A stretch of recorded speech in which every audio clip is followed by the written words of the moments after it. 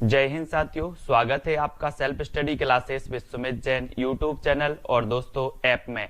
दोस्तों बहुत सारे स्टूडेंट को ऐप डाउनलोड नहीं करते बन रहा है या फिर कर भी लिया है तो कोर्स भी नहीं देख पा रहे हैं। तो मैं आज उनको बता दूं कि ये जो सेल्फ स्टडी क्लासेस इस प्रकार से जब आप प्ले स्टोर से करते हैं तो ये आपका वेल जो है आइकन उसमें लगा हुआ है ना। तो इस प्रकार से सेल्फ स्टडी क्लासेस आपको सर्च करना है और ऐसे आइकन में आपको ऐप मिलने वाला है। ठीक है, तो दोस्तों हम देखें कि प्ले स्टोर में आपको इस प्रकार से दिखेगा ये सेल्फ स्टडी क्लासेस। ठीक है, ये प्ले स्टोर में आपको सेल्फ स्टडी क्लासेस का ऐप दिखने वाला है।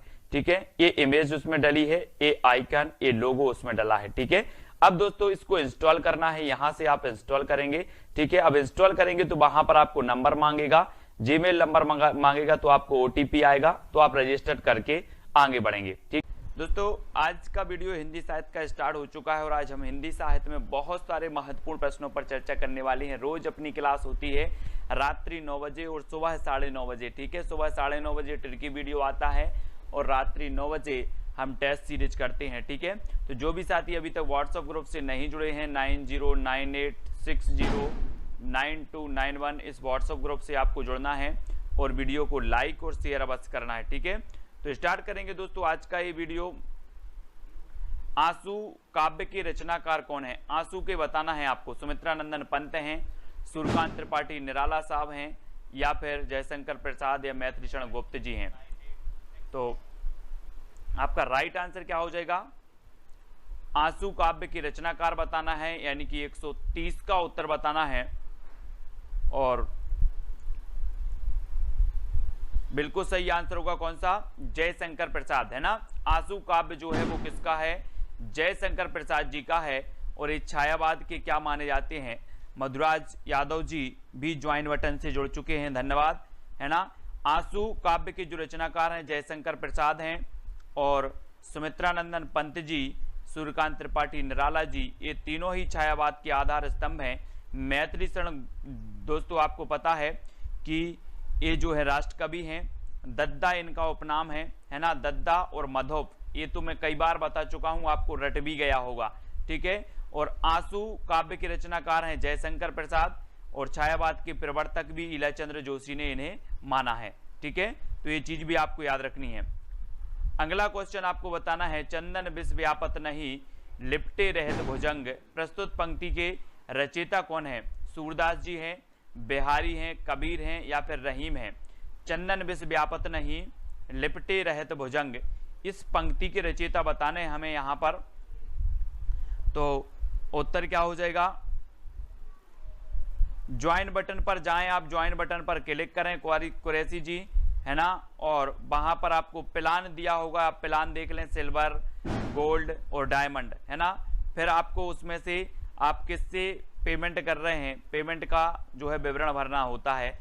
तो ज्वाइन बटन पर सबसे पहले तो क्लिक करना होता है। ठीक है, फिर आपको आगे की प्रोसेस करनी होती है। हाँ, आज तार सप्तक का जो वीडियो था उसमें कुछ प्रॉब्लम हो गई थी और रहीम यानी कि कल आपका तार सप्तक का वीडियो आ जाएगा।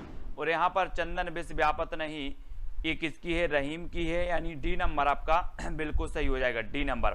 ठीक है, अगला बताना, अमीय हलाहल मद भरे सेत श्याम रतनार जियत मरत झुक झुक परत जेहि चितबत एक बार, ये पंक्ति किसकी है? ये पंक्ति बतानी है आपको, किसकी है?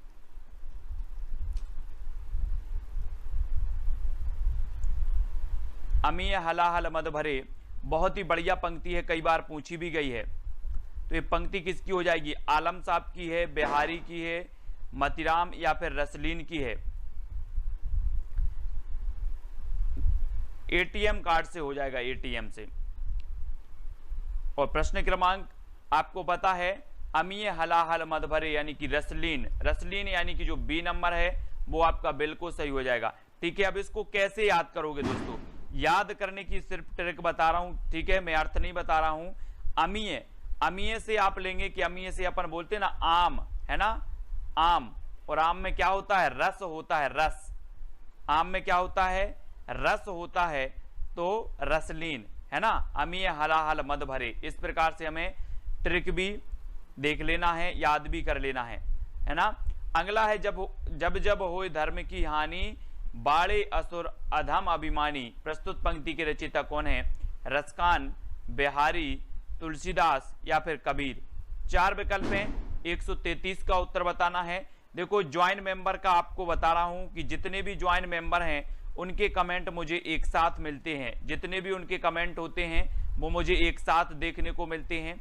दूसरी बात, ज्वाइन वालों के लिए जो सेशन है वो अलग से चलेगा, यानी कि ज्वाइन मेंबर के जो वीडियो हैं वो केवल ज्वाइन मेंबर ही देख पाएंगे, दूसरे मेंबर नहीं देख पाएंगे, है ना।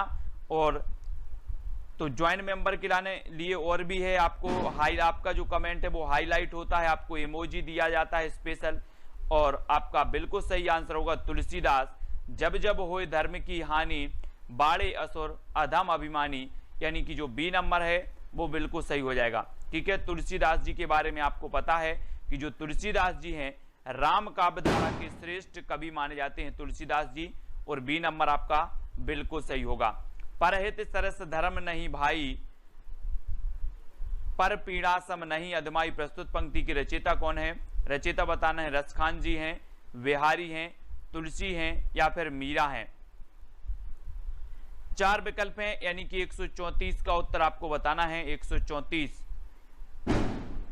134 में प्रश्न क्रमांक बताना है कि परहित सरस धर्म नहीं भाई, पर पीड़ा सम नहीं अधमाई।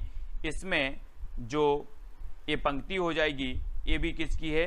तुलसीदास जी की ही है, यानी बी नंबर आपका बिल्कुल सही होगा। ठीक है, तुलसीदास जी की। हिंदी साहित्य के आरंभिक काल को आचार्य रामचंद्र शुक्ल ने क्या कहा है? आदि काल कह दिया, वीर गाथा, चारण काल, सिद्ध सामंत काल, क्या कह दिया है? और दोस्तों जो विवेक शंकर की बुक मैंने आपको बताई थी वो अवेलेबल हो गई है ऑनलाइन, है ना। ऑनलाइन जो है अवेलेबल है, तो ऑनलाइन आप लोग खरीद सकते हैं किसकी? विवेक शंकर की बुक को। ठीक है, तो हिंदी साहित्य के आरंभिक काल को आचार्य रामचंद्र शुक्ल ने जो नाम दिया वो नाम दिया वीरगाथा काल। आदि काल जो नाम दिया गया हजारी प्रसाद द्वारा, चारण काल जो नाम दिया गया राम कुमार वर्मा ग्रियर्सन द्वारा, और सिद्ध सामंत काल राहुल सांकृत्यायन द्वारा दिया गया। ठीक है, तो हिंदी साहित्य के आरंभिक काल को आचार्य रामचंद्र शुक्ल ने कहा है, तो वीरगाथा काल यानी कि जो सी नंबर है वो बिल्कुल सही हो जाएगा। ठीक है, सी नंबर। और अगला है वीरगाथा काल का कवि कौन सा नहीं है? अब वीरगाथा काल के कवि तो आप सभी को पता है, सारे कवि पता हैं। आप गणपति शालिभद्र सूरी से लेकर आप चंद बरदाई तक सारे के सारे कवि आपको पता है, और आपका बिल्कुल सही आंसर क्या हो जाएगा? वीरगाथा काल के जो कवि नहीं है, जैसे आपने पढ़ा था कि जो नामदेव है, नामदेव ये भक्ति काल के माने जाते हैं, मधुकर हैं, जगनेक हैं, यानी कि आपका उत्तर बी नंबर बिल्कुल सही हो जाएगा। ठीक है, बी नंबर बिल्कुल सही होगा। तो नामदेव ये वीरगाथा काल के कवि नहीं है, और बी नंबर बिल्कुल सही है। और अगला क्वेश्चन आपकी स्क्रीन पर है कि वीरगाथा काल के सर्वश्रेष्ठ कवि कौन माने जाते हैं? वीरगाथा काल के सर्वश्रेष्ठ कवि चंद्रबरदाई, जगनेक, दलपति विजय या फिर विद्यापति, कौन माने जाते हैं? सर्वश्रेष्ठ बताना है यहाँ पर। और दलपति विजय, इनकी एक खुमाण रासो रचना है, कौन सी है? खुमाण रासो, खुमाण रासो है। जगनेक की तो आला खंड आपको पता है, ठीक है, परमाल रासो जिसे कहा जाता है। विद्यापति की 3 प्रमुख रचनाएं कौन सी हैं? पदलता पताका। चंद्रबरदाई की तो पृथ्वीराज रासो आपको पता ही है। ठीक है, तो वीरगाथा काल की सर्वश्रेष्ठ जो रचना मानी जाती है, वो कवि माने जाते हैं, वो चंद्रबरदाई माने जाते हैं, यानी आपका उत्तर होगा ए नंबर। और चंद्रबरदाई का जो महाकाव्य है वो कौन सा है? पृथ्वीराज रासो है। ठीक है, और ये हिंदी का प्रथम महाकाव्य है, चंद्रबरदाई हिंदी के प्रथम महाकवि हैं, है ना। तो ए नंबर आपका बिल्कुल सही होगा। और अगला क्वेश्चन है पृथ्वीराज रासो की रचनाकार कौन है? दोस्तों पृथ्वीराज रासो के रचनाकार तो अधिकांश लोगों को पता है ना। जयदेव हैं, जगनेक हैं, चंद्रबरदाई हैं, विद्यापति हैं। ये 4 विकल्प हैं, और 4 में से आपको पता है कि पृथ्वीराज रासो चंद्रबरदाई जी का ग्रंथ है ना। और बी नंबर आपका बिल्कुल सही हो जाएगा। अधिकांश लोगों को पता है, लेकिन आपसे पूछा जाता है दोस्तों कि कबीर की भाषा क्या थी? कबीर की भाषा क्या थी ये बतानी है। ब्रज थी, कन्नौजी थी, खड़ी थी या फिर सादुकड़ी थी? कौन सी थी? कबीरदास की जो भाषा थी वो भाषा कौन सी थी? यानी कि प्रश्न क्रमांक 139 का उत्तर बताना है। और दोस्तों इस सादुकड़ी भाषा किसने कहा है? कबीरदास की भाषा को सादुक्कड़ी भाषा किसने कहा है? कबीरदास जी की जो भाषा मानी जाती है वो सादुक्कड़ी मानी जाती है, लेकिन इसे सादुक्कड़ी किसने कहा? प्रश्न क्रमांक 139 का आपका उत्तर बताना है। सादुक्कड़ी इसे किसने कहा है, आपको ही उसका चयन करना है और बताना है। तब आपका बिल्कुल सही आंसर क्या होगा? नयन जो देखा कमल सा निर्मल नीर शरीर, हसत जो देखा हंसबा दसन ज्योति नगहीर। ये पंक्ति किसकी है? बहुत ही बढ़िया पंक्ति है। ये पंक्ति आपको बतानी है तुलसीदास जी की है, जायसी की है, जयशंकर प्रसाद जी की या कबीरदास जी। बहुत ही बढ़िया पंक्ति है, आपको बताना है। नयन जो देखा कमल सा निर्मल नीर शरीर, हसत जो देखा हंसबा दसन ज्योति नगहीर। हाँ, वेरी गुड। शुक्ल जी ने सादुक्कड़ी भाषा कहा है, बिल्कुल याद रख लेना है।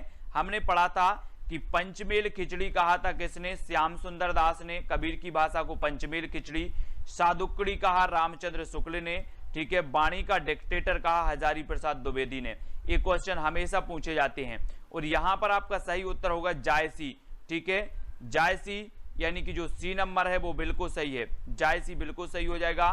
नयन जो देखा कमल सा निर्मल नीर शरीर, हसत जो देखा हंसबा दसन ज्योति नगहीर, जायसी जी की पंक्ति है। और जायसी जी का एक काव्य है, कौन सा काव्य है दोस्तों? कौन सा है? पद्मावत, है ना, पद्मावत है। और पद्मावत इनका श्रेष्ठ महाकाव्य और हिंदी का प्रथम प्रमाणिक महाकाव्य भी माना जाता है पद्मावत, ठीक है। तो याद रखना है। शिवा बावनी के रचनाकार कौन माने जाते हैं? शिवा बावनी, पद्माकर, केशवदास, भूषण या फिर जगनेक। प्रश्न क्रमांक 141 का उत्तर हमें बताना है।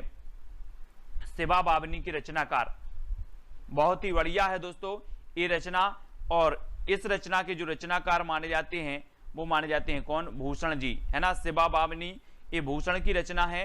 और रीति काल में एकमात्र ऐसा वीर रस का कवि था भूषण, जिसका उपनाम कहीं कहीं मनीराम, कुछ विद्वान मनीराम भी मानते हैं और कुछ विद्वान घनश्याम भी मानते हैं ना। घनश्याम, तो कुछ घनश्याम तो कुछ मनीराम, है ना। तो ये शिवा बावनी की रचनाकार भूषण जी माने जाते हैं, यानी बी नंबर आपका बिल्कुल सही हो जाएगा। छत्रसाल दशक भी इन्हीं की रचना है, भूषण जी की। नर की और नर नील की गति ये की कर जोए, जे तो नीचे हे चले ते तो ऊंचो होए। इस पंक्ति के जो रचयिता हैं वो कौन है? और आपको पता है दोस्तों, वो कवि रीति सिद्ध काव्यधारा का कवि है ना। रीति सिद्ध काव्यधारा का कवि है और उसकी एक रचना है बिहारी सतसई, है ना, बिहारी सतसई। और विश्व में सबसे ज्यादा यानी कि दूसरे नंबर पर जो सबसे ज्यादा टीका लिखी गई वो बिहारी सतसई की लिखी गई, ठीक है। तो ये चीज आपको याद रख लेना है। और बिहारी सतसई में 713 दोहे मिलते हैं कहीं कहीं और 719 दोहे भी मिलते हैं। और नर की और नर नील की ये जो पंक्ति है वो बिहारी लाल की है। बिहारी यानी कि जो आपका सी नंबर है वो बिल्कुल सही हो जाएगा, ठीक है। सी नंबर आपका सही हो जाएगा। अगला आपको बताना है कि सकीबे मुझसे कहकर जाते, प्रस्तुत पंक्तियों के रचयिता कौन है? सकीबे मुझसे कहकर जाते अज्ञेय की है ना, हरियोध की है या फिर मैथिली शरण गुप्त की या फिर जयशंकर प्रसाद। दोस्तों आपने यशोधरा खंड काव्य पढ़ा होगा। यशोधरा खंड काव्य होते हुए भी ये महाकाव्य की श्रेणी में आता है, लेकिन ये खंड काव्य है यशोधरा। और यशोधरा में हम पंक्ति पढ़ते हैं कि सखी बे मुझसे कहकर जाते, सखी बे मुझसे कहकर जाते। और आपकी जो विकल्प नंबर होगा क्या होगा? बी नंबर, यानी मैथिली शरण गुप्त। याद रख लेना, मैथिली शरण गुप्त जी की ये पंक्ति है। और गुप्त जी का उपनाम मैं आपको हमेशा रटवा रहा हूं, मधोप और दद्दा, दद्दा भी इन्हें कहा जाता था। जयशंकर प्रसाद को क्या कहा जाता था? कलाधर, है ना। और ये दोस्तों अयोध्या से उपाध्याय हरियोध, हरियोध इनका अयोध्या से उपाध्याय का उपनाम है। अज्ञेय, सच्चिदानंद, हीरानंद बादशाह इनका उपनाम है, ठीक है। तो ये उपनाम का वीडियो मैंने आपको दिया है, ट्रिकी वीडियो दिया है, तो वो ट्रिकी वीडियो भी आपको देख लेना है। उपनाम वाला, कवियों के उपनाम हमेशा पूछे जाते हैं। हिंदी कविता को छंदों की परिधि से मुक्त कराने वाले थे तो कौन थे? हिंदी कविता को छंदों की परिधि से मुक्त कराने वाले बताना है। और दोस्तों आपको पता होगा कि जो छंद मुक्त रचना थी निराला जी की, वो कौन सी थी? छंद मुक्त रचना वो कौन सी थी? छंद मुक्त रचना थी तो वो थी दोस्तों आपकी जूही की कली, है ना, जूही की कली, जूही की कली याद रख लेना है। ये छंद मुक्त रचना थी किसकी, निराला की। तो कविता को छंदों की परिधि से मुक्त कराने वाले हैं तो वो कौन है, निराला जी। और निराला जी के बारे में रक्षाबंधन की मैंने आपको कहानी ही बनाई थी। इन्होंने कहा था कि हम जैसे फक्कड़ को कौन भाई बनाएगा, सूर्यकांत त्रिपाठी निराला। सरोज स्मृति, इन्होंने लंबा शोक गीत लिखा है, सरोज स्मृति, ये भी आपको याद रखनी है, सूर्यकांत त्रिपाठी निराला। और दोस्तों इन्हें क्रांतिकारी कवि भी कहा जाता है निराला जी को, तो इनके बारे में याद रख लेना है निराला जी के बारे में। और तितली किसकी रचना है, तितली बतानी है, तितली किसकी रचना है, जयशंकर प्रसाद की, श्याम सुंदर दास, आचार्य रामचंद्र शुक्ल, आचार्य महावीर प्रसाद द्विवेदी। तो प्रश्न क्रमांक 145, तितली, बहुत ही बढ़िया है ये रचना। तो आपका राइट आंसर क्या हो जाएगा दोस्तों, तितली के बारे में आपको बताना है। और तितली एक किसकी रचना है। और जो भी साथी अभी तक व्हाट्सएप ग्रुप से नहीं जुड़ पाए हैं वो 9098609291 ये व्हाट्सएप ग्रुप का नंबर है। तो व्हाट्सएप ग्रुप से आपको जरूर जुड़ना है, ठीक है, 9098609291 व्हाट्सएप ग्रुप से जुड़ना है। और तितली ये जयशंकर प्रसाद जी की है, जयशंकर प्रसाद, यानी कि आपका जो ए नंबर है वो बिल्कुल सही होगा, प्रसाद जी का, है ना। इनके नाटक हम पढ़ लेते हैं, सज्जन है, राजश्री है ना, कल्याणी है, और बहुत सारे नाटक हैं इनके, नाटक तो हमें याद रख लेना है। हाँ, कंकाल, तितली और इरावती, कंकाल, तितली और इरावती ये इनके उपन्यास हैं, बहुत बढ़िया। किसके उपन्यास हैं, ये उपन्यास हैं प्रसाद जी के, कंकाल, तितली और इरावती, इनको याद रखेंगे। और अतीत के चलचित्र के रचयिता कौन है, अतीत के चलचित्र,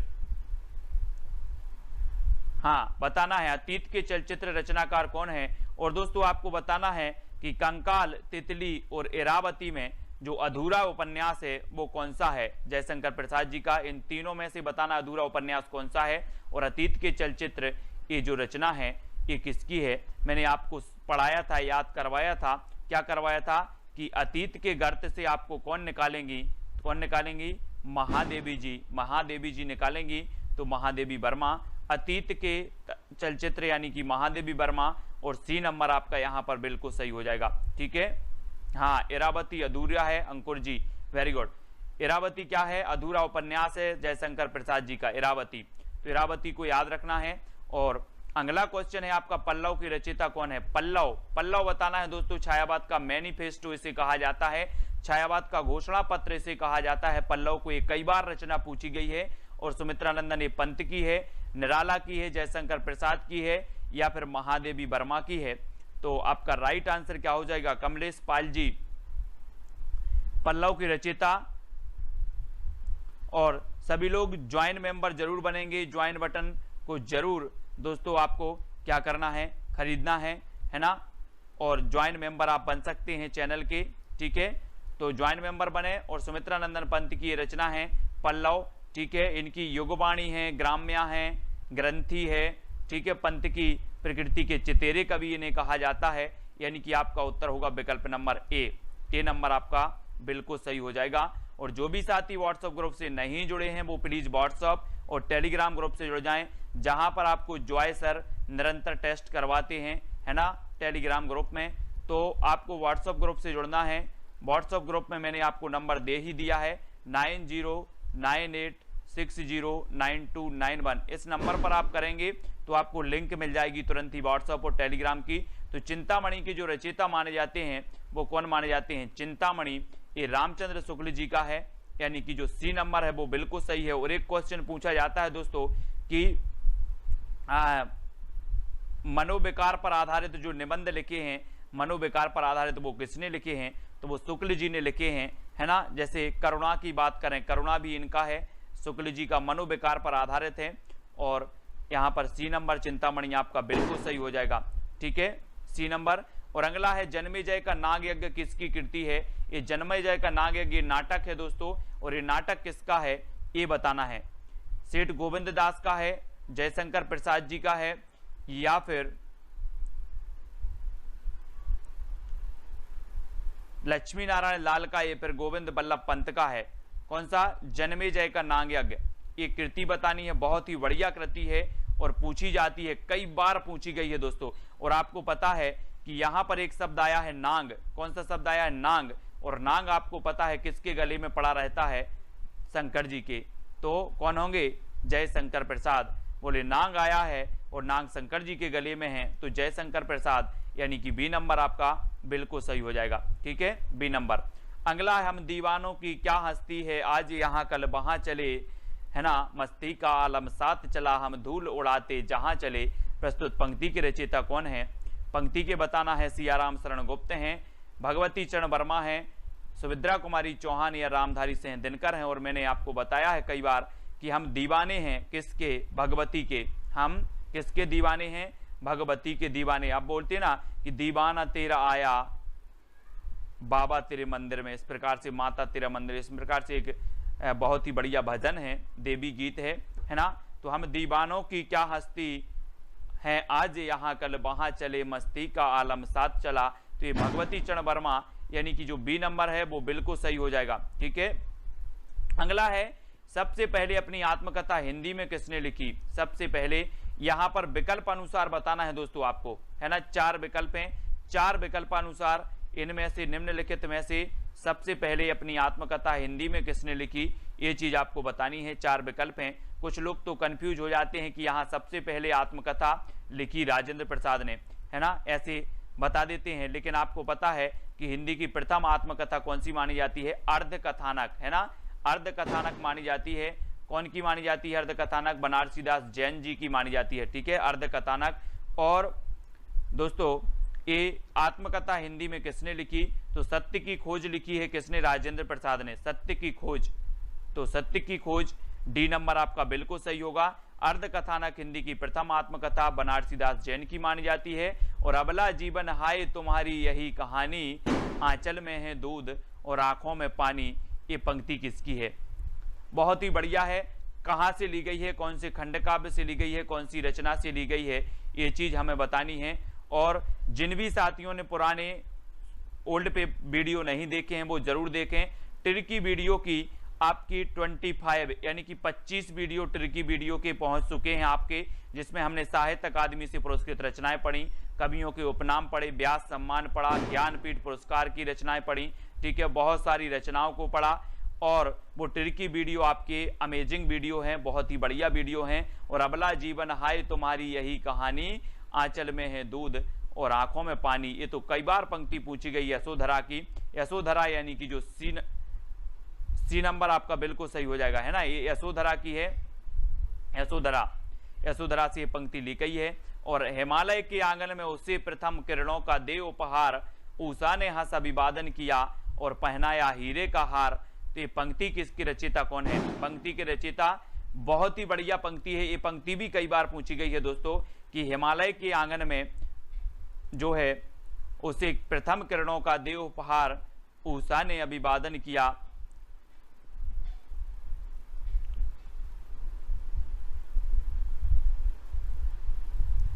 तो 153 और 153 का आपका बिल्कुल सही आंसर जो हो जाएगा वो हो जाएगा कौन सा? जयशंकर प्रसाद। हिमालय के आंगन में उषा प्रथम किरणों का देव उपहार। हिमालय आया है दोस्तों, हिमालय पर्वत, ऐसे ही कैलाश पर्वत था, हिमालय पर्वत, कैलाश पर्वत, है ना। और कैलाश पर्वत पे जाकर कौन बैठ गए थे? शंकर जी तपस्या करने बैठ गए थे। तो हिमालय पर्वत आ रही है, हिमालय की बात आ रही है, कैलाश पर्वत और हिमालय पर्वत ये पर्वत हैं। और जयशंकर जी बैठ गए थे, तो ये शंकर जी प्रसाद, जयशंकर प्रसाद का होगा।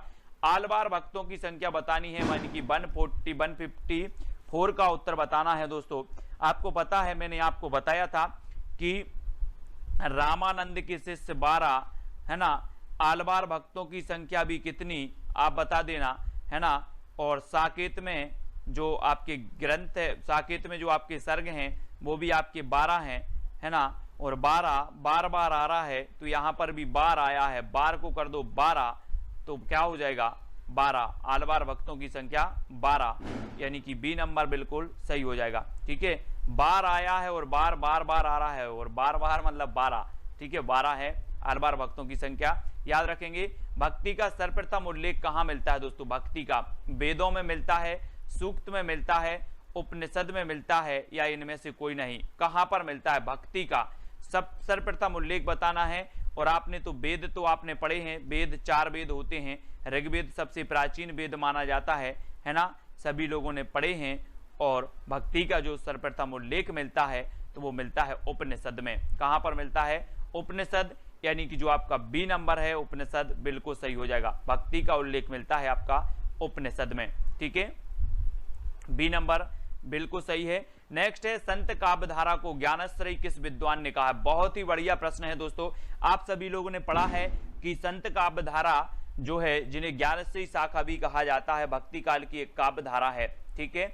और एक काव्यधारा को जो ज्ञानाश्रयी शाखा कहा है तो वो किसने कहा है, ये चीज बतानी है। यानी कि प्रश्न क्रमांक 156 का उत्तर बताना है। 4 विकल्प हैं, 4 आलोचक हैं थे, और चारों में से आपका जो उत्तर जा रहा है वो क्या जा रहा है कि आचार्य रामचंद्र शुक्ल, इन्होंने ज्ञानाश्रयी शाखा कहा दोस्तों इसे, ठीक है। और ये नंबर आपका बिल्कुल सही होगा। संत काव्यधारा को ज्ञानाश्रयी कहने वाले जो विद्वान थे वो थे शुक्ल जी। संत शब्द को सतसाम्य किसने माना है? संत शब्द को सतसाम्य मानने वाले जो विद्वान थे वो कौन थे? डॉक्टर पीताम्बरनाथ बर्थवाल थे, आचार्य शुक्ल थे, डॉक्टर नगेंद्र थे, या परमेश्वर चतुर्वेदी थे? कौन थे संत शब्द को सतसाम्य मानने वाले? बहुत ही बढ़िया प्रश्न है। और संत शब्द को सतसाम्य मान लिया, और वो माना है किसने? परमेश्वर चतुर्वेदी ने सतसाम्य माना संत शब्द को। और दोस्तों हम क्या मान लेते हैं? संतों को परमेश्वर की उपमा दे देते हैं, और परमेश्वर चतुर्वेदी आपका डी नंबर बिल्कुल सही हो जाएगा, ठीक है, डी नंबर सही होगा। पीताम्बर, डॉक्टर पीताम्बरनाथ बर्थवाल के अनुसार गोरखनाथ के ग्रंथों की संख्या कितनी है? यानी कि 58। डॉक्टर पीताम्बरनाथ बर्थवाल के अनुसार गोरखनाथ के ग्रंथों की संख्या बतानी है। 12 है, 14 है, 13 है, या फिर 12 है। आपने पढ़ा होगा दोस्तों कि जो आपका नाथ पंथ था, नाथ पंथ, और नाथ पंथ के जो प्रवर्तक माने जाते हैं मतेंद्र नाथ माने जाते हैं, और प्रमुख जो माने जाते हैं गोरखनाथ माने जाते हैं मतेंद्र नाथ के। मच्छेंद्रनाथ, मतेंद्रनाथ, ये उन्हीं के उपनाम हैं। और मच्छेंद्रनाथ के जो शिष्य थे वो गोरखनाथ थे, ठीक है। और गोरखनाथ के जो ग्रंथों की संख्या मानी वो कितनी मानी है? 14 मानी है। किसने? पीताम्बर नाथ बर्थवाल साहब ने 14 मानी है। यानी कि आपका उत्तर क्या हो जाएगा? विकल्प नंबर सी या फिर सा नंबर बिल्कुल सही हो जाएगा, ठीक है। अगला क्वेश्चन है हठ योग दर्शन की व्याख्या इनमें से किसने की है? हठ योग दर्शन की गोरखनाथ ने की है, सरहपा ने की है, लुईपा ने की है, इनमें से कुछ किसी ने भी नहीं की। हठ योग दर्शन की व्याख्या करने वाले जो विद्वान हैं वो कौन है? 4 में से चयन करना है। सभी लोग लाइक जरूर करेंगे। कल सुबह आपका तार सप्तक का वीडियो आएगा, है ना, तार सप्तक का जो कवि हैं उनका टिरकी वीडियो आएगा सुबह 9:30 बजे, और रोज रात्रि 9 बजे अपनी ये क्लास होती है, अध्ययन करते हैं बहुत सारी चीजों का। और एक हमने वीडियो आपको दिया है सहस्रा जी काय वाला दिया है, मिलती जुलती रचनाएं वाले। जैसे हम बहुत सारी रचनाएं ऐसी होती हैं जो मिलती जुलती एक ही नाम वाली होती हैं, विभिन्न विद्वानों की होती हैं, विभिन्न कवियों की होती हैं मिलती जुलती रचनाएं, और हम कंफ्यूज हो जाते हैं। कभी कभी जब मैं किसी रचना का कभी बताता हूं तो आप बोलते हो सर ये रचना तो उसकी है। तो मिलती जुलती रचना वाला जो वीडियो है वो सभी को देखना है। और इसके हठ योग दर्शन की जो व्याख्या की है वो किसने की है? गोरखनाथ ने की है। यानी कि जो ए नंबर है वो बिल्कुल सही हो जाएगा, ठीक है। आचार्य हजारी प्रसाद द्विवेदी ने नाथ संप्रदाय की सबसे बड़ी कमजोरी क्या मानी है? हठ योग मानी है ना, पत्नी के प्रति अनादर माना है, गृहस्थ धर्म के प्रति अनादर माना है, या क्या माना है? प्रश्न क्रमांक 160 का आंसर आपको बताना है। आचार्य हजारी प्रसाद द्विवेदी ने नाथ संप्रदाय की सबसे बड़ी कमजोरी जो मानी है वो मानी है गृहस्थ धर्म के प्रति अनादर। गृहस्थ धर्म के प्रति अनादर यानी सी नंबर बिल्कुल सही हो जाएगा। मधुराज जी, एस जी, सहासरा जी ये ज्वाइंट मेंबर हैं हमारे, है ना। और गृहस्थ धर्म के प्रति अनादर आपका बिल्कुल सही है। जायसी की रचना पद्मावत को मसनबी शैली में किसने माना है? दोस्तों बहुत ही बढ़िया है। पद्मावत ये मलिक मोहम्मद जायसी जी का महाकाव्य है ना, अवधी भाषा का है। और मसनबी शैली में जो मानने वाले विद्वान हैं वो कौन है? नगेंद्र ने माना है, शुक्ल ने माना है, विजय देव नारायण शाही ने माना है, या फिर हजारी प्रसाद द्विवेदी ने माना है? तो किसने माना है?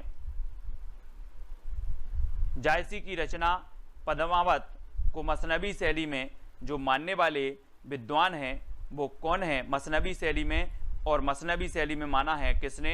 शुक्ल जी ने। आचार्य रामचंद्र शुक्ल ने पद्मावत की जो शैली माना है वो मसनवी शैली, और ये अवधी भाषा का महाकाव्य है। ठीक है, याद रख लेना, हिंदी का प्रथम प्रमाणिक महाकाव्य भी यही माना जाता है, पद्मावत। ठीक है, तो ये चीज भी याद रखनी है। कबीर की रचनाओं के संकलनकर्ता कौन है?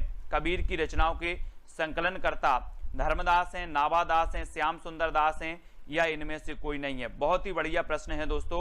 और यहाँ पर आप हम पढ़ते हैं कि जो नाभादास जी हैं, नाभादास जी, इनकी एक रचना है भक्तमाल, जो आपकी हमेशा पूछी जाती है, कई बार पूछी जाती है।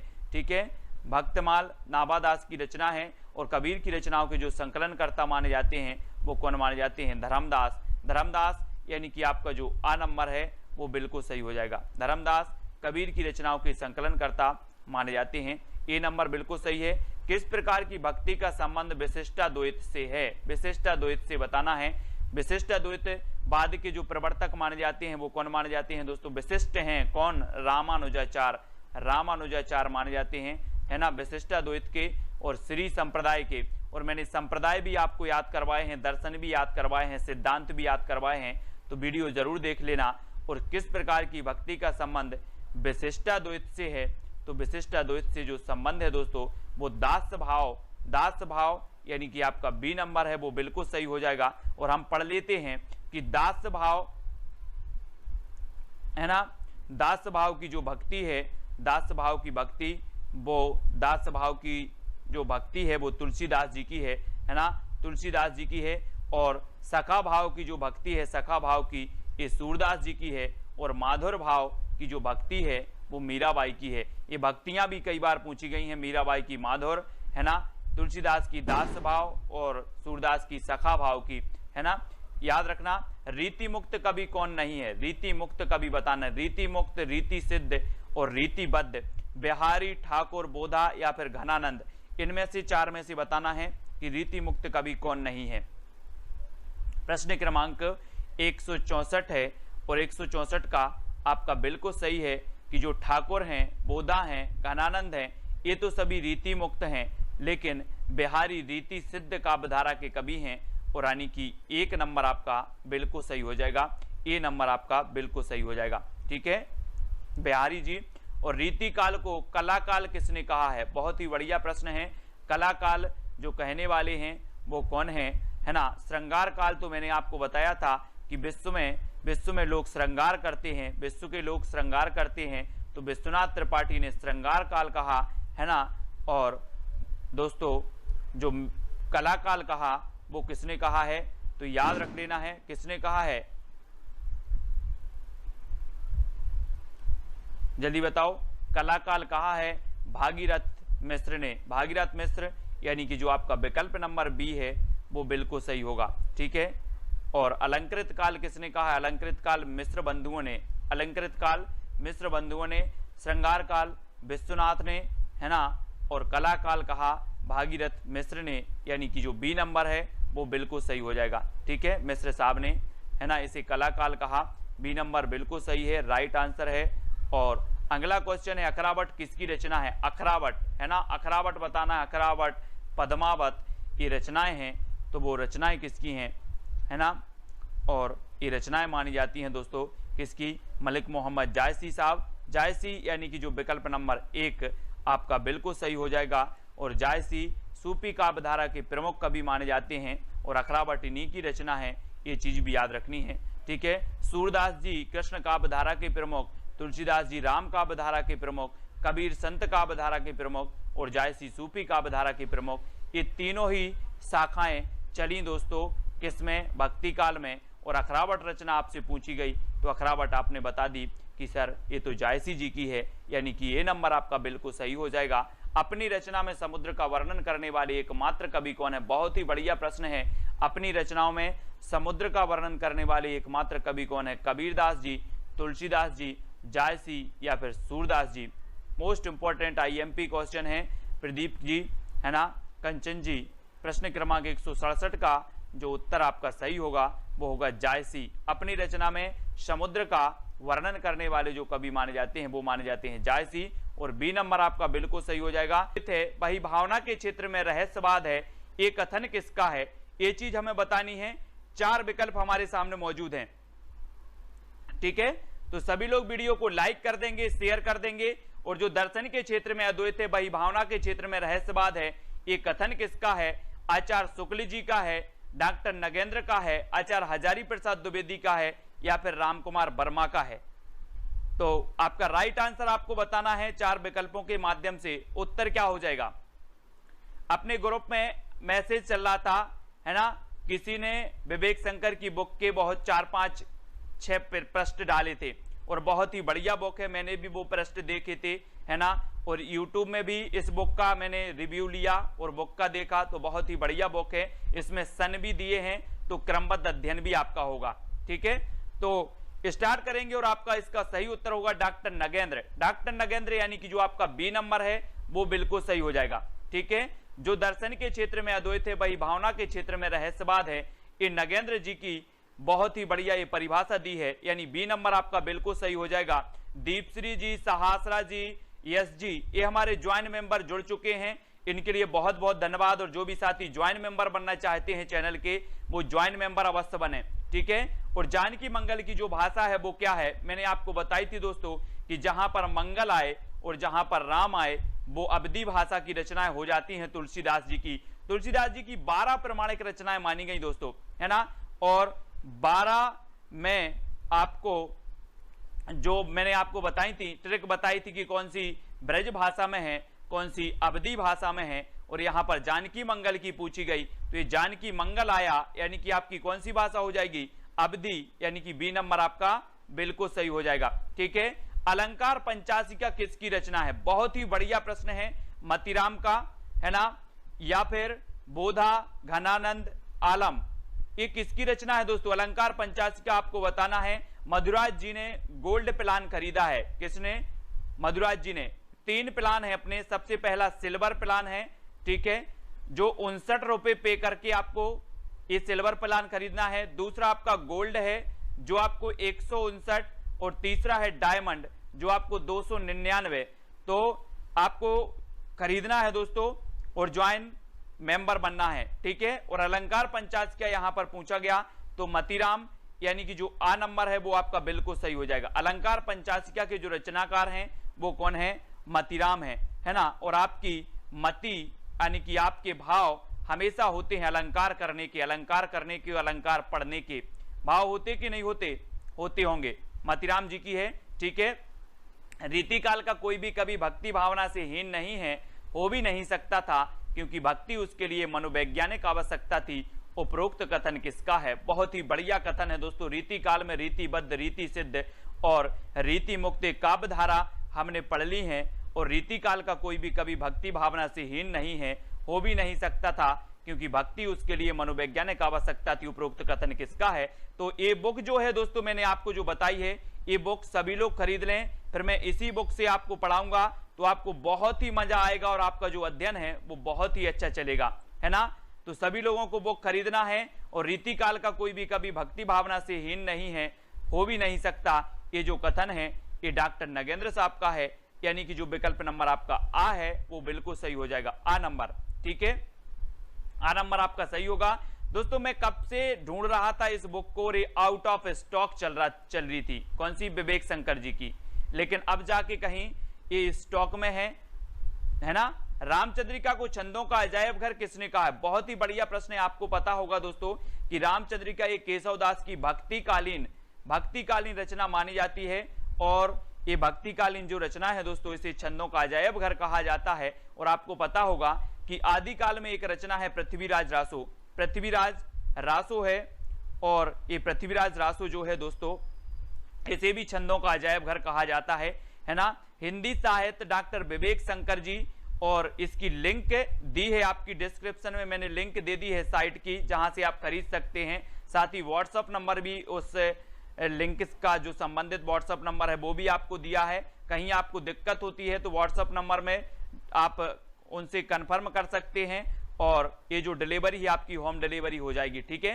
तो रामचंद्रिका को छंदों का अजायब घर जो कहा है वो आचार्य शुक्ल ने कहा है, यानी कि जो आपका ए नंबर है वो सही हो जाएगा। ठीक है, रामचंद्रिका किसकी रचना है, तो ये केशव दास की है, केशव दास। तो ये चीज भी आपको केशव दास को याद रखना।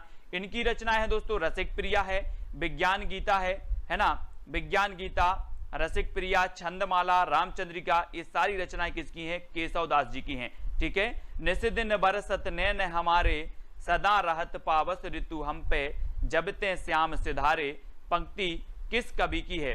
4 विकल्प हैं, 173 का आंसर आपको बताना है। तुलसी की है, सूर्य की है, बिहारी की है या फिर कबीर की है। निस दिन बरसत नैन हमारे, सदा रहत पावस ऋतु, तो उत्तर क्या हो जाएगा। हाँ, निकिता जी ने सेंड किया था, है ना, बहुत बढ़िया।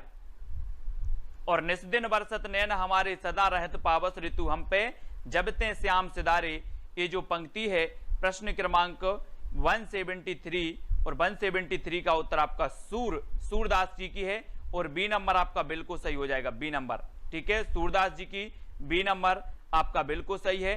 नेक्स्ट है, रीतिकाल को जॉर्ज ग्रियर्सन ने कहा है, तो क्या कहा है दोस्तों। अब बाद में आप लोग नहीं बोलना सर बुक बताओ, मैंने आपको बुक बता दी है, पीजीटी के लिए भी और नेट के लिए भी, है ना, और आरपीएससी के लिए भी। ये बुक आपके लिए बहुत ही बढ़िया है, ऑथेंटिक है, प्रमाणिक बुक है।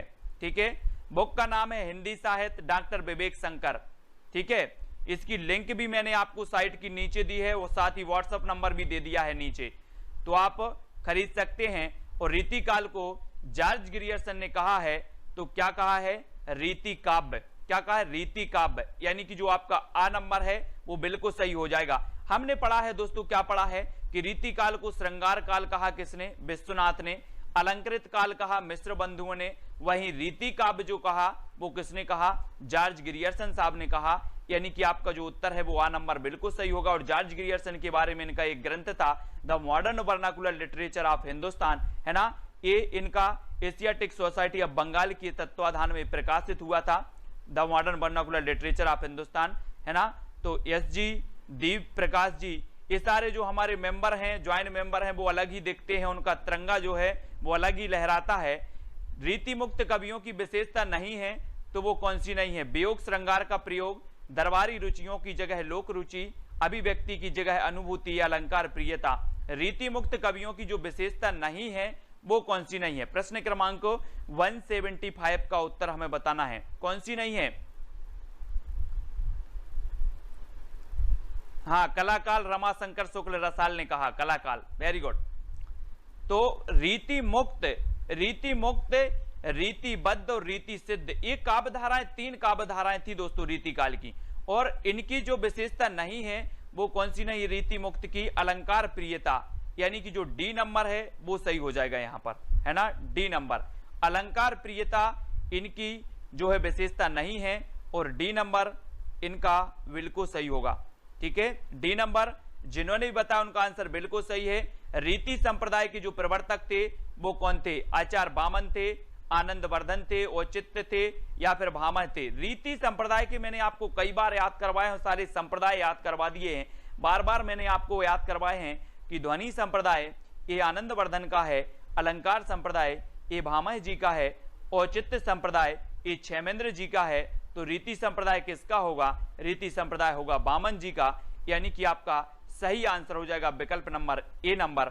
ठीक है, ए नंबर आपका बिल्कुल सही है।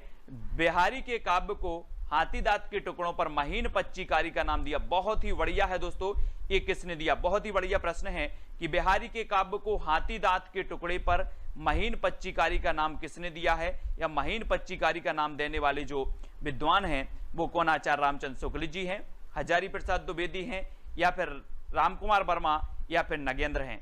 तो कौन है ये हमें बताना है। 4 विकल्प हैं, 4 में से आपको सही बताना है। और प्रश्न क्रमांक 177 का आंसर आपका जो बिल्कुल सही होगा वो आचार्य शुक्ल ने, यानी कि आपका जो ए नंबर है वो बिल्कुल सही हो जाएगा। ठीक है, बिहारी के काव्य को हाथी दांत के टुकड़े पर महीन पच्चीकारी का नाम दिया, तो वो शुक्ल जी ने दिया है। और इस शुक्ल के कथन बड़े संभाल कर रखना है, क्योंकि ये हमेशा परीक्षाओं में पूछ लिए जाते हैं, है ना। अगला है, रीति काव्य धारा के प्रेम और श्रृंगार को गृहस्थिक कहा है, तो किसने कहा है दोस्तों। रीति काव्य धारा के प्रेम और श्रृंगार को गृहस्थिक किसने कह दिया, डॉक्टर नगेंद्र साहब ने कह दिया, बिलास शर्मा ने, नामवर सेन ने, या फिर महावीर प्रसाद द्विवेदी ने? किसने कह दिया? गृहस्थिक। और अब जब रीति काल में बहुत सारे लोगों ने प्रेम और श्रृंगार की बात की, वहीं एक कवि था भूषण, जिसने वीर रस की जो है काव्य रचना की है, और भूषण का नाम घनश्याम और मनीराम था, जो हम आपको हमेशा बताते हैं, यानी कि आप तक रट गया होगा। और जो डॉक्टर नगेंद्र हैं, रीति काव्यधारा के प्रेम और श्रृंगार को गृहस्थिक कहा है, तो डॉक्टर नगेंद्र ने कहा है, यानी कि जो आपका आ नंबर है वो बिल्कुल सही हो जाएगा। ए नंबर आपका बिल्कुल सही होगा। किस कवि को भक्तिकाल और रीतिकाल दोनों में स्थान प्राप्त है?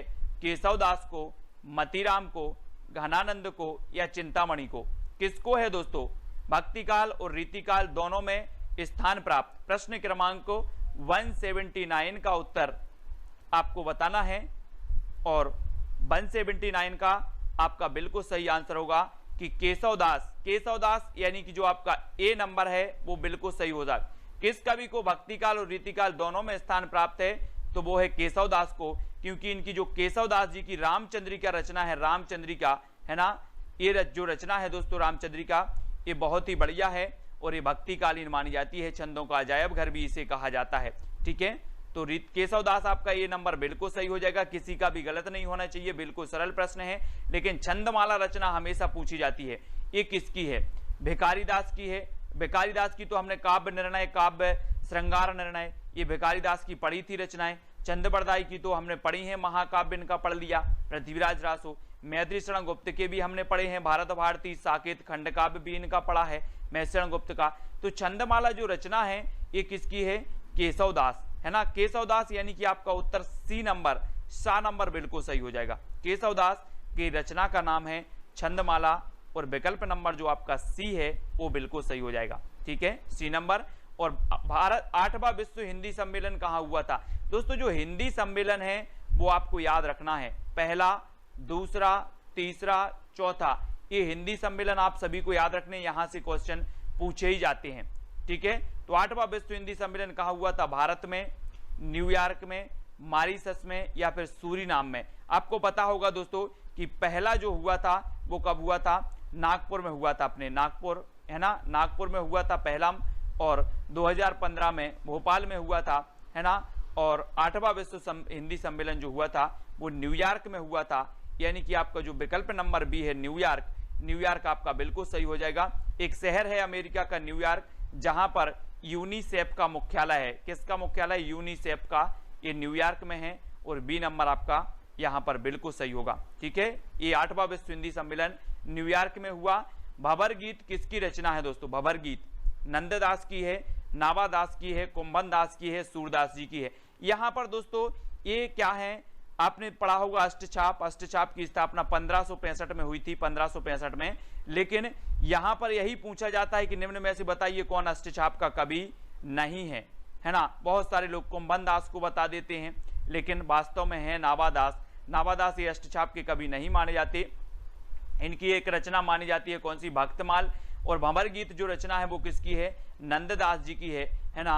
अपन ने नंद की भंवर पाड़ दी थी, बोले नंद की भंवर पाड़ दो, है ना। तो नंददास हैं, और नंददास भी दोस्तों याद रख लेना विट्ठल नाथ के शिष्य थे नंददास। ए नंबर आपका यहाँ पर बिल्कुल सही हो जाएगा, आ सही हो जाएगा। ठीक है, श्रृंगार रस के विरोधी कवि कौन माने जाते हैं? श्रृंगार रस के विरोधी कवि यानी कि कबीरदास, सुंदरदास, तुलसीदास, या फिर नंददास, कौन माने जाते हैं श्रृंगार रस के? आपको पता होगा दोस्तों कि जो संत काव्यधारा थी, संत काव्यधारा में सबसे जो पढ़े लिखे थे वो श्रृंगार विरोधी थे। वो पढ़े लिखे कौन थे? सुंदरदास, है ना, सुंदरदास। ये सुंदर थे दोस्तों, इसलिए इनको श्रृंगार की जरूरत नहीं थी, इसलिए इन्होंने कहा कि यार हम श्रृंगार रस का विरोध करेंगे, है ना। ये सुंदर थे, इसलिए सुंदर को श्रृंगार की जरूरत नहीं थी, इसलिए इन्होंने श्रृंगार रस का विरोध कर दिया। ऐसे याद कर लेंगे। और सबसे पढ़े लिखे थे तो सुंदरदास थे, और इन्होंने विरोध भी किया काय का? श्रृंगार रस का, यानी कि बी नंबर आपका बिल्कुल सही होगा।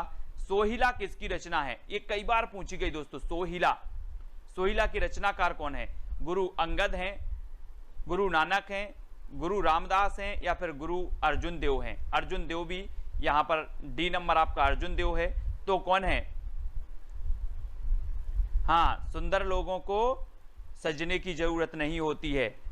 तो सोहिला की रचनाकार भी हमें लिखना है और सोहिला के रचनाकार आपके होंगे गुरु नानक। गुरु नानक यानी कि जो विकल्प नंबर आपके बी हैं वो बिल्कुल सही हो जाएगा। ये सिख संप्रदाय के प्रवर्तक माने जाते हैं और सिखों के प्रथम गुरु माने जाते हैं। गुरु गोविंद सिखों के 10वें गुरु माने जाते हैं और गुरु ग्रंथ साहिब का जो संकलन किया था वो गुरु अर्जुन देव ने किया था।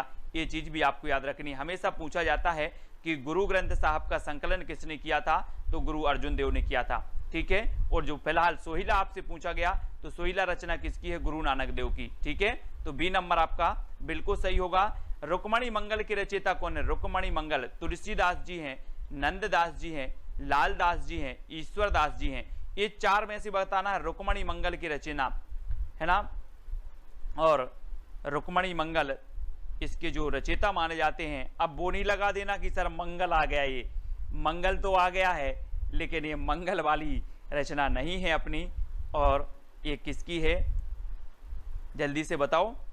ये दोस्तों नंददास की रचना है। किसकी? नंददास। रुक्मणी मंगल की रचयिता है नंददास, जानकी मंगल की रचयिता है तुलसीदास। इसलिए कंफ्यूज नहीं होना, है ना। बहुत सारे लोग ए लगा देंगे, अभी देखो ये नहीं लगाना है। ये रुक्मणी मंगल नंददास जी की रचना है, जानकी मंगल तुलसीदास की रचना है ना।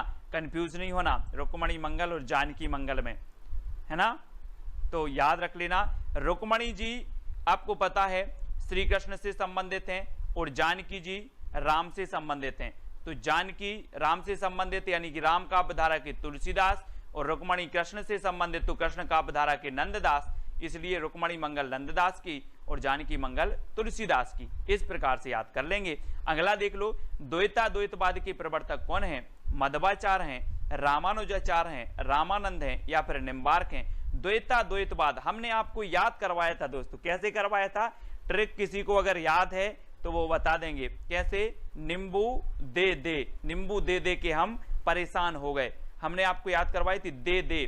तो यहां पर आ गया क्या, दे और दे के हम क्या परेशान हो गए, नींबू दे के परेशान हो गए, है ना। तो कौन होंगे? नींबू से आपका बनेगा निम्बार्काचार्य। ये द्वैता द्वैतवाद के कौन होंगे? प्रवर्तक होंगे। यानी आपका उत्तर क्या हो जाएगा? विकल्प नंबर डी। ठीक है, डी नंबर आपका बिल्कुल सही है। अब गलत नहीं करना कोई भी, बहुत सारे लोग बी बता रहे हैं, बी नहीं बताना है ना। द्वैता द्वैतवाद के कौन है? निम्बार्काचार्य, क्योंकि नींबू दे के हम क्या हो गए? परेशान हो गए, नींबू। ठीक है, तो डी नंबर बिल्कुल सही होगा। अबदू गगन मंडल घर कीजिए, ये पंक्ति किसकी है? कबीर की, जायसी, सूरदास या फिर तुलसीदास की। अबदू गगन मंडल घर कीजिए बहुत ही बढ़िया रचना है। और ये रचना किसकी मानी जाती है? दीप प्रकाश जी। किसकी मानी जाती है? अबदू गगन मंडल रस घर कीजिए। और ये मानी जाती है कबीरदास जी की। किसकी? कबीरदास। यानी कि आपका जो ए नंबर है कबीरदास जी की, ये बिल्कुल सही होगा। अबदू गगन मंडल घर कीजिए। ठीक है, हाँ, नींबू का अचार दे दो, अंकुर जी पनवर, नींबू का अचार दे दो। अगला, हृदय की मुक्तावस्था को रस दशा किसने माना है ना। बहुत सारे लोग हैं जो ट्रिक बनाना भी सीख गए हैं, ट्रिक से पढ़ना भी सीख गए हैं और याद करना भी सीख गए हैं। पहले क्या होता था कि बहुत सारी रचनाएं थी। बहुत सारे स्टूडेंट दोस्तों ये बोलते हैं कि सर आपने हिंदी साहित्य में इंटरेस्ट ला दिया। मेरा बिल्कुल मन नहीं करता था, रचनाएं याद नहीं होती थी, इंटरेस्ट नहीं, मतलब मन नहीं लगता था हिंदी साहित्य में। लेकिन जब आपकी ट्रिक पढ़ी और आपका वीडियो देखा तो हिंदी साहित्य में इंटरेस्ट आ गया। हिंदी साहित्य अब अच्छा लगने लगा। पहले ऐसा लगता था कि कौन पढ़े हिंदी साहित्य में, बहुत रचनाएं हैं, बहुत कवि हैं, बहुत कुछ है, बहुत भारी सिलेबस है इसका। लेकिन अब क्या है कि अच्छा लगने लगा और याद होने लगा और लगता है कि पढ़ते ही रहें, ऐसा। ठीक है, तो हृदय की मुक्तावस्था को रस दशा किसने माना? आचार्य शुक्ल ने, डॉक्टर नगेंद्र ने, डॉक्टर हजारी प्रसाद द्विवेदी या फिर राम कुमार वर्मा ने। तो हृदय की मुक्तावस्था को रस दशा, रस हम पढ़ते हैं दोस्तों कि जो 8 रस हैं, 8 रस माने भरत मुनि ने, 9वां रस जोड़ दिया शांत रस, फिर भक्ति रस और फिर दोस्तों आपका वात्सल रस। वात्सल का चितेरा कवि सूरदास जी, है ना। तो यश जी, मधुराज जी, प्रदीप जी, है ना। हृदय की मुक्तावस्था को रस दशा यानी कि आचार्य शुक्ल ने कहा, यानी कि जो आ नंबर है वो आपका बिल्कुल सही हो जाएगा। हृदय की मुक्तावस्था को रस दशा किसने माना है? तो आचार्य शुक्ल जी ने माना है, ये नंबर आपका बिल्कुल सही होगा। पश्चिमी हिंदी की भाषा नहीं है तो क्या नहीं है दोस्तों। 189 का उत्तर बताना है दोस्तों। हिंदी साहित्य बहुत सारे लोग पढ़ते हैं, बहुत सारे स्टडी मटेरियल भी होता है, बहुत सारा चीज, लेकिन अगर आप इंटरेस्ट से पढ़ो, कुछ अलग पढ़ो, हटके पढ़ो, हंस के पढ़ो, मजाक करके पढ़ो, वो चीज आपको याद हो जाती है। आप थ्योरी पढ़ रहे हो, है ना, पढ़ते जा रहे हो तो आपको याद नहीं होता। अगर आप कुछ उसमें मिर्ची मसाला भरते हो तो आपको वो चीज हमेशा के लिए याद हो जाती है ना। अपने व्यवहारिक ज्ञान में जोड़ते हो, अपने पारिवारिक ज्ञान में जोड़ते हो, जहां पर हम रोज खेलते हैं, उछलते हैं, कूदते हैं, वो चीज आप स्टडी में करते हो तो निश्चित ही वो चीज याद हो जाती है। और पश्चिमी हिंदी का मैंने आपको याद करवाया था कि कानों के खड़ी बुंदेली ब्रजभान हरि के पास। कानों से आपका बन जाता है कन्नौजी, खड़ी से बन जाता है खड़ी बोली, ब्रज से बनता है ब्रज भाषा, बुंदेली से बुंदेली, हरी से हरियाणवी, और हरियाणवी को बांगरू भी कहा जाता है, खड़ी बोली को कोरबी भी कहा जाता है। इन सारी को लिखना है दोस्तों। और यहाँ पर नहीं है पूछा गया है तो आपको पता है कि जो अवधी है, अवधी ये पूर्वी हिंदी की भाषा है। और अवधी की मैंने आपको याद करवाई थी कि अब छत्तीसगढ़ी, अवधी, बघेली और छत्तीसगढ़ी, ये तीनों भाषाएं पूर्वी हिंदी की हैं, है ना। ये कोड भूल नहीं जाना, एक क्वेश्चन आपका हर एग्जाम में बनता है। पूर्वी हिंदी पश्चिमी हिंदी से हर एग्जाम में एक क्वेश्चन बनता है ना। ये आपको याद रखना है। कौन सा संचारी भाव नहीं है, शोक, अमर्ष, हर्ष या फिर गर्व। संचारी भाव बताना है, 4 विकल्प हैं। और संचारी भाव आपको पता है कितने होते हैं, 33 संचारी भाव हमने पढ़े हैं, लेकिन 34वां संचारी भाव माना है किसने, छल नामक संचारी भाव मान लिया देव कवि ने, है ना। सभी को पता है, रटा हुआ है। अगर ये क्वेश्चन पूछा भी जाता है कि 34वां संचारी भाव जो माना है वो किसने माना है, तो देव कवि ने। यानी कि आपका यहां पर जो उत्तर होगा वो होगा शोक। संचारी भाव नहीं है तो शोक नहीं है। शोक क्या है दोस्तों, स्थायी भाव की श्रेणी में आता है ना। तो हम बोलते ना कि जहां पर शोक नामक स्थायी भाव जागृत होता है वहां पर आपका करुण रस हो जाता है, ठीक है। तो याद रख लेना, ये शोक स्थायी भाव है, संचारी भाव नहीं है, यानी कि ए नंबर आपका बिल्कुल सही होगा। रीति के लिए मार्ग शब्द का प्रयोग किसने किया, रीति के लिए मार्ग शब्द का प्रयोग बताना है दोस्तों, किसने किया है। रीति संप्रदाय के जो प्रवर्तक माने जाते हैं वो कौन माने जाते हैं, बामन माने जाते हैं, बामन, है ना। और रीति शब्द के लिए जो मार्ग शब्द का प्रयोग करने वाले हैं बामन हैं, शुक्ल हैं, कुंतक या फिर भरत मुनि हैं। सारे लोग वीडियो को लाइक जरूर करेंगे, एक जो अंगूठा है अपना वो दबा देना, ठीक है, लाइक जरूर करना है। बहुत सारे लोग लाइक नहीं कर पाते हैं क्योंकि उनके अंगूठे में दर्द होता है, और जहां दर्द होता है वहां बामन आपको लगा देना है। आ नंबर आपका बिल्कुल सही हो जाएगा, ए नंबर सही। रीति के लिए मार्ग शब्द का जो प्रयोग करने वाले हैं वो बामन है, और ए नंबर आपका बिल्कुल सही होगा, ठीक है। आचार्य मम्मट के अनुसार काव्य का उद्देश्य क्या होता है, क्या होता है। काव्य यश प्रदान करता है, काव्य अर्थ प्रदान करने का साधन होता है, काव्य व्यवहार का ज्ञान होता है, या उपरोक्त सभी। आचार्य मम्मट के अनुसार काव्य का उद्देश्य क्या होता है दोस्तों। मम्मट के अनुसार बताना है ना। आप पाश्चात्य काव्य शास्त्र में और भारतीय काव्य शास्त्र पढ़ते हो, और यहां पर आपको बताना है कि मम्मट के अनुसार काव्य का जो उद्देश्य होता है वो हो जाता है क्या, काव्य यश प्रदान करता है, ये भी होता है, काव्य अर्थ प्रदान करने का साधन है, ये भी होता है, काव्य व्यवहार का ज्ञान होता है, ये भी आपका होता है। तब आपका जो उत्तर होगा वो उपरोक्त सभी, यानी कि जो डी नंबर है वो बिल्कुल सही हो जाता है, ठीक है। अगला आपको बताना है, नाट्य शास्त्रकारों द्वारा अमान्य रस कौन सा है। अमान्य रस शांत है, विवश है, करुण है या फिर अद्भुत है। नाट्य शास्त्र द्वारा कारों द्वारा अमान्य रस कौन सा है, यानी कि 193 का उत्तर बताना है। और आपका जो उत्तर हो जाएगा वो हो जाएगा शांत रस। शांत यानी कि जो आपका ए नंबर है वो बिल्कुल सही है, शांत। नाट्य शास्त्रकारों द्वारा अमान्य जो रस है वो शांत रस माना जाता है, ठीक है। ए नंबर आपका बिल्कुल सही हो जाएगा। ज्वाइन कर लें। फर्स्ट आपका प्लान है सिल्वर प्लान। सिल्वर प्लान आपको 59 रुपए पे करने होंगे। फिर गोल्ड प्लान है जिसमें आपको 159 रुपए पे करने होंगे। फिर आपका डायमंड प्लान है दोस्तों जिसमें 299 रुपए आपको पे करने होंगे, और आप बन जाएंगे दोस्तों हमारे ज्वाइन मेंबर, ठीक है।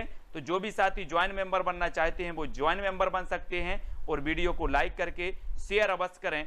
इसी प्रकार से सुबह 9:30 बजे आपका ट्रिकी वीडियो आता है और रात्रि 9 बजे आपकी हिंदी की टेस्ट सीरीज होती है, ठीक है। तो बहुत बढ़िया, वीडियो को लाइक और शेयर अवश्य करें। आज की वीडियो के लिए बस। जय हिंद साथियों, स्वागत है आपका self study classes with Sumit Jain YouTube channel और दोस्तों ऐप में। दोस्तों बहुत सारे स्टूडेंट को ऐप डाउनलोड नहीं करते बन रहा है या फिर कर भी लिया है तो कोर्स भी नहीं देख पा रहे हैं।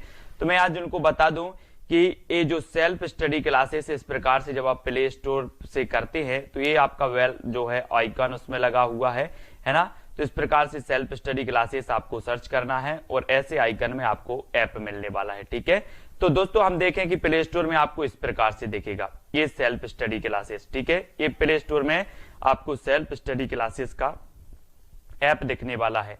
ठीक है, ये इमेज उसमें डली है, ये आइकन, ये लोगो उसमें डला है। ठीक है, अब दोस्तों इसको इंस्टॉल करना है, यहां से आप इंस्टॉल करेंगे।